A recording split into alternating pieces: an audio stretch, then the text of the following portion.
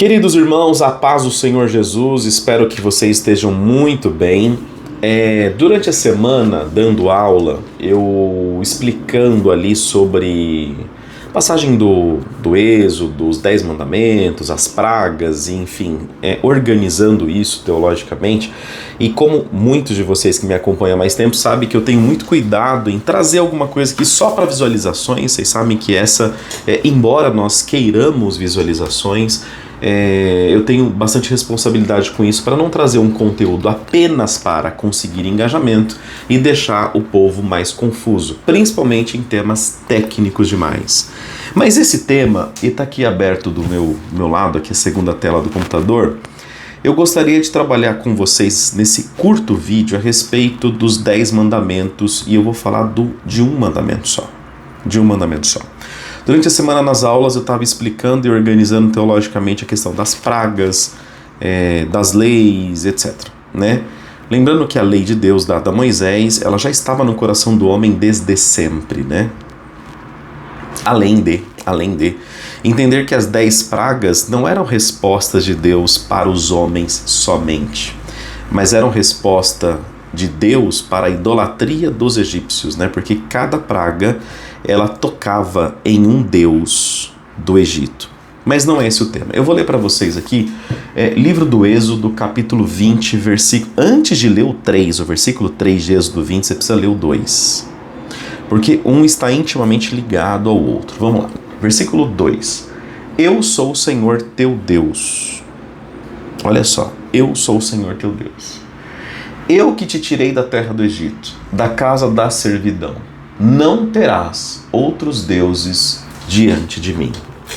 Antes de ler direto a lei, não tenha outro Deus diante de você, é fundamental ler o versículo anterior que diz: Eu sou o Senhor teu Deus, e foi eu quem te tirei da terra do Egito. Se você puxar mais um pouquinho a linha cronológica, você vai lembrar que eu acabei de falar, que as 10 pragas do Egito, elas não são apenas uma ação de Deus para tirar o povo do Egito, mas é uma resposta de Deus à idolatria, ao ser humano que se dobrava diante de deuses errados. É algo que você não pode perder de vista para entender esse conceito. Dentro da cultura egípcia, principalmente na época, e tão somente nela, o faraó era conhecido como o filho do Deus Todo-Poderoso, o Deus egípcio, né? E esse filho de Deus, filho direto de Deus, ele representava e ele tinha a voz de comando como se fosse a voz do próprio Deus. Ou seja, quando o faraó dizia, era como se Deus estivesse dizendo. E tudo quanto ele dizia deveria ser realizado, seja do ponto de vista legal, civil, religioso, espiritual, XPTO. Aquele povo, naquela cultura, via o faraó como Deus, e como Deus o temia, e como Deus o reverenciava.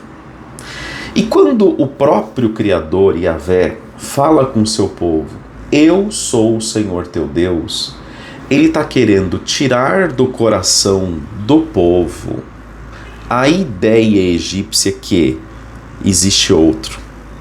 A ideia egípcia que o Filho de Deus não é faraó. E por mais que você de fato não creia nisso, pode ser que você tenha trazido do Egito tal costume.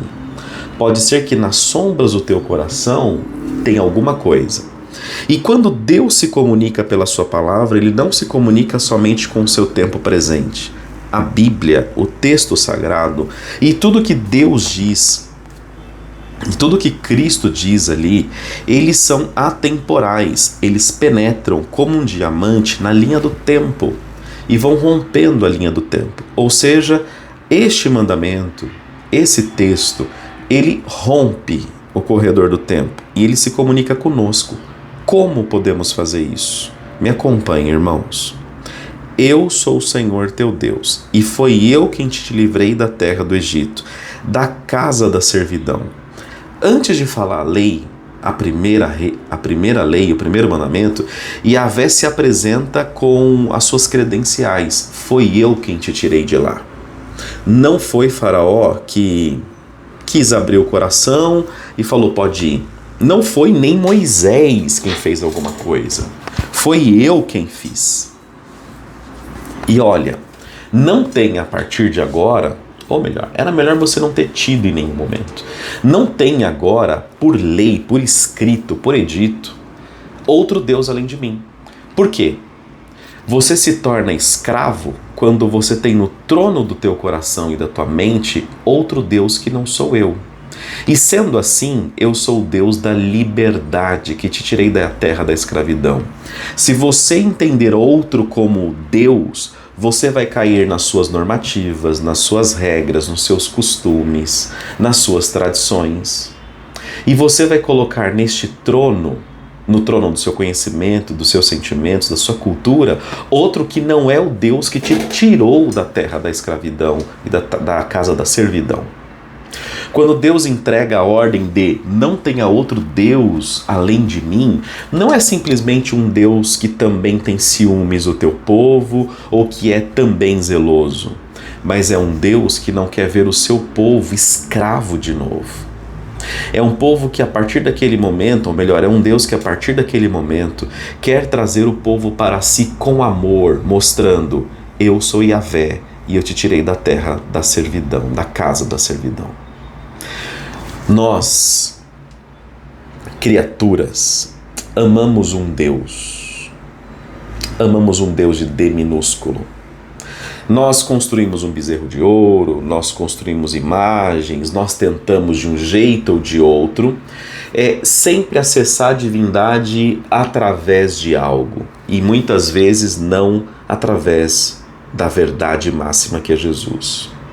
Quantas vezes no lugar de Faraó nós colocamos uma igreja, um teólogo, um professor, uma corrente teológica, uma doutrina, um costume? Quantos de nós saímos de uma igreja da qual nós idolatrávamos e agora nós idolatramos outra igreja? Quantos de nós saímos de um liberalismo teológico e agora entramos numa idolatria teológica? É muito costumeiro da nossa parte termos filhos de Faraó como deuses do nosso coração. Você pode pertencer a alguma denominação, estar dentro de uma escola, gostar de uma linha teológica, desde que esta linha, essa escola, essa igreja, essa corrente e whatever, não se torne um filho de Faraó, porque foi ele quem nos tirou da casa da servidão. Quando nós entendemos a sua palavra, nós não colocaremos ela abaixo de tradição, abaixo de igreja, abaixo de confissões de fé.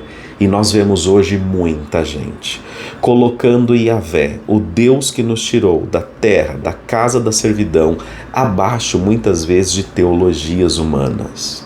Porque toda sistematização teológica é humana.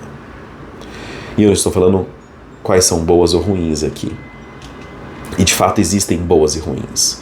Mas esse mandamento, não tenha outro Deus além de mim, não é querendo ser um Deus déspota, um cabra que vai te agarrar ali e não te solta de jeito nenhum. E olha, eu estou usando uma metáfora. É um Deus de amor que não quer vê-lo escravo sofrendo na casa de nenhuma servidão. Sabe por quê?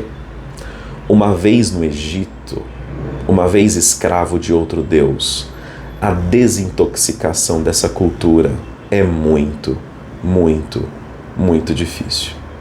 Bom, espero conseguir manter alguma frequência aqui no YouTube e trazer para vocês o porquê que ele também disse honrar pai e mãe e etc. Fique na paz.